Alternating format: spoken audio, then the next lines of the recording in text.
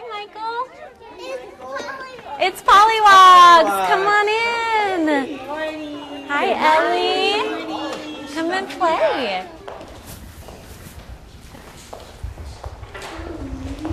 Okay, Travis, let's put your shoe back on. Okay.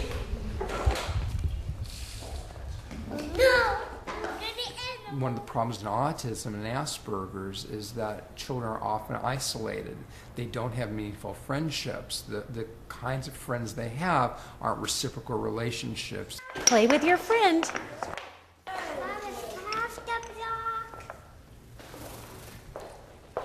Oh, Travis, you didn't give it to him. Ask again.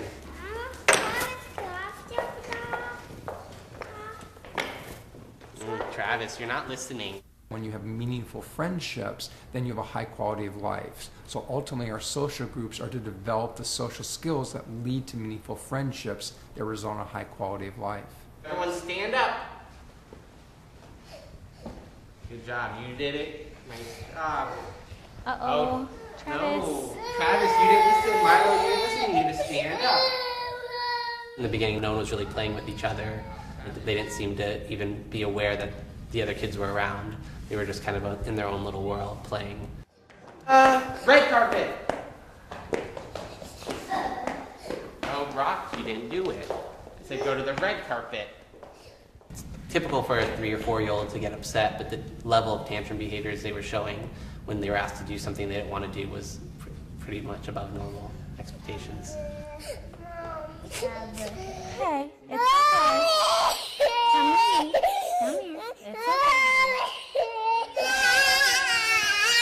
Let's see who's sitting so cool. Sit up. Wow, we're sitting nicely. Let's see if this will work. That's better. You Here we can go. do it. Everyone say cheese. The basic things we want to teach are the basic learning to learn skills. So being able to sit and wait with their hands back, controlling self-stimulation. When I say good morning to you, I want you to say good morning, Rachel. Good morning, Sabrina. Sabrina, you didn't say anything. Hi. Oh. Oh, no. Oh, I think I missed the hair. Katie, go back to your seat. I'll hold it, Milo. Thanks.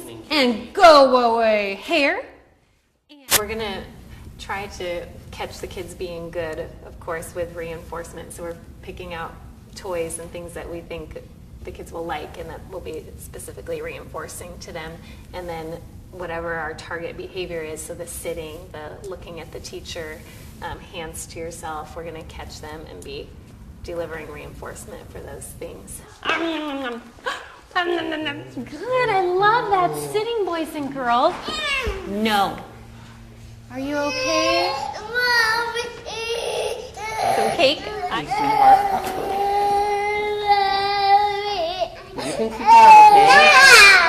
There you go. Sit down. Wow, Milo. I don't think we're expecting like change overnight, but I would say within a few months, hopefully we're gonna, and I don't think it's gonna go from 0 to 100%, but hopefully we see a nice gain in a few months. What'd you guys get? Food. Oh, what kind of food did you get, Sabrina? Okay, 1 lemon. What else did you get? Bread. Yeah, what is it? Bread. Red. Nice answering. Okay, that'll be $15. Thank you. Here's your change, Rock. I've seen huge improvements in the kids in the past 2 months. Check it out. Brock, you were talking to your friend. You get to move up. Oh, look, hold on, Brock. You get to move up to awesome. You were talking to your friend. Sabrina, were you talking to your friend? Yeah, Sabrina, you're moving up to awesome too. High five. Nice talking to your friends. Okay, you guys can keep shopping.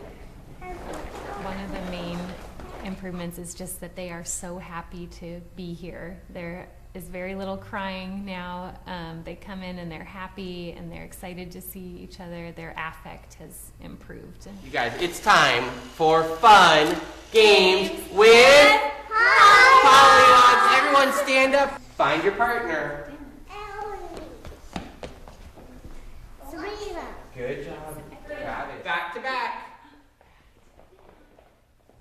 Toes to toes.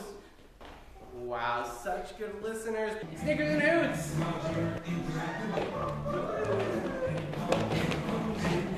Hug to hug. Good job.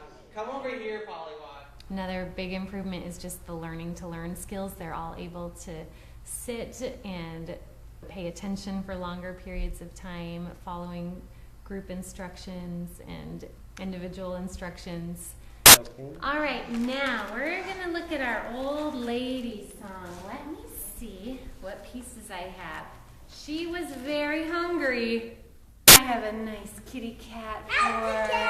That was quite Wow. For reinforcement, we introduced this color chart system where the kids each have a clip and they move up higher on the color chart for good behavior or the different skills and behaviors that we're targeting for each of them, and they will move down for behaviors or things that we don't want to see. No.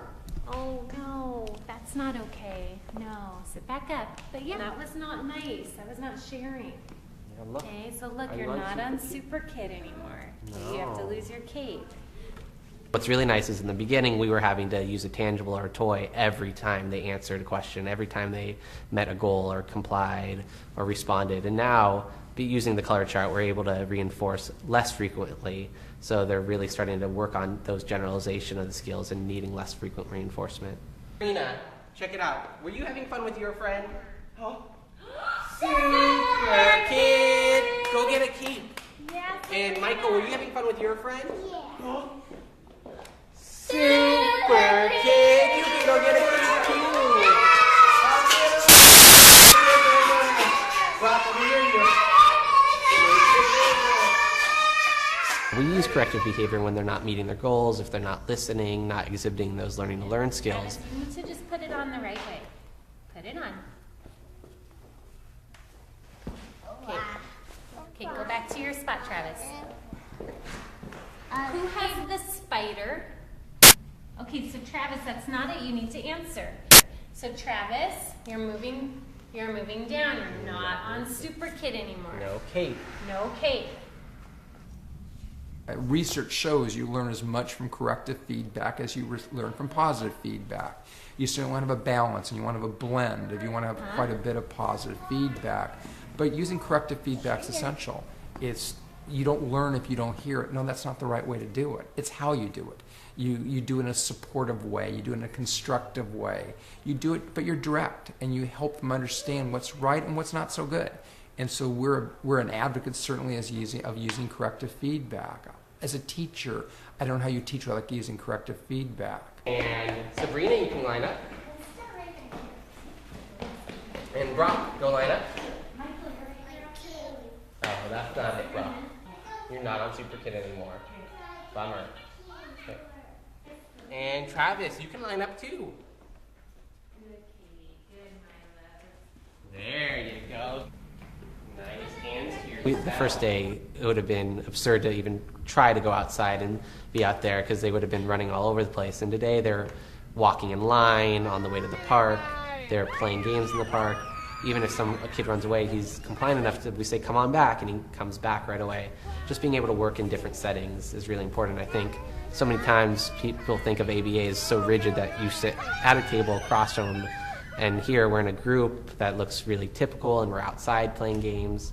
It's really nice to be able to do that.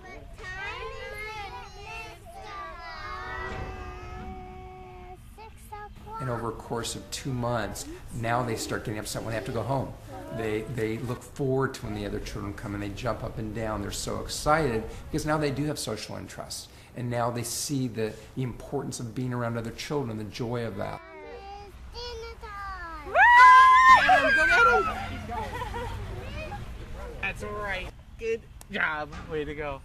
And knowing that they indeed want to have friends and they crave that. You know, as adults, they're going to be in meaningful relationships. Our children have acquired that love of social connection. Go, Polliwogs!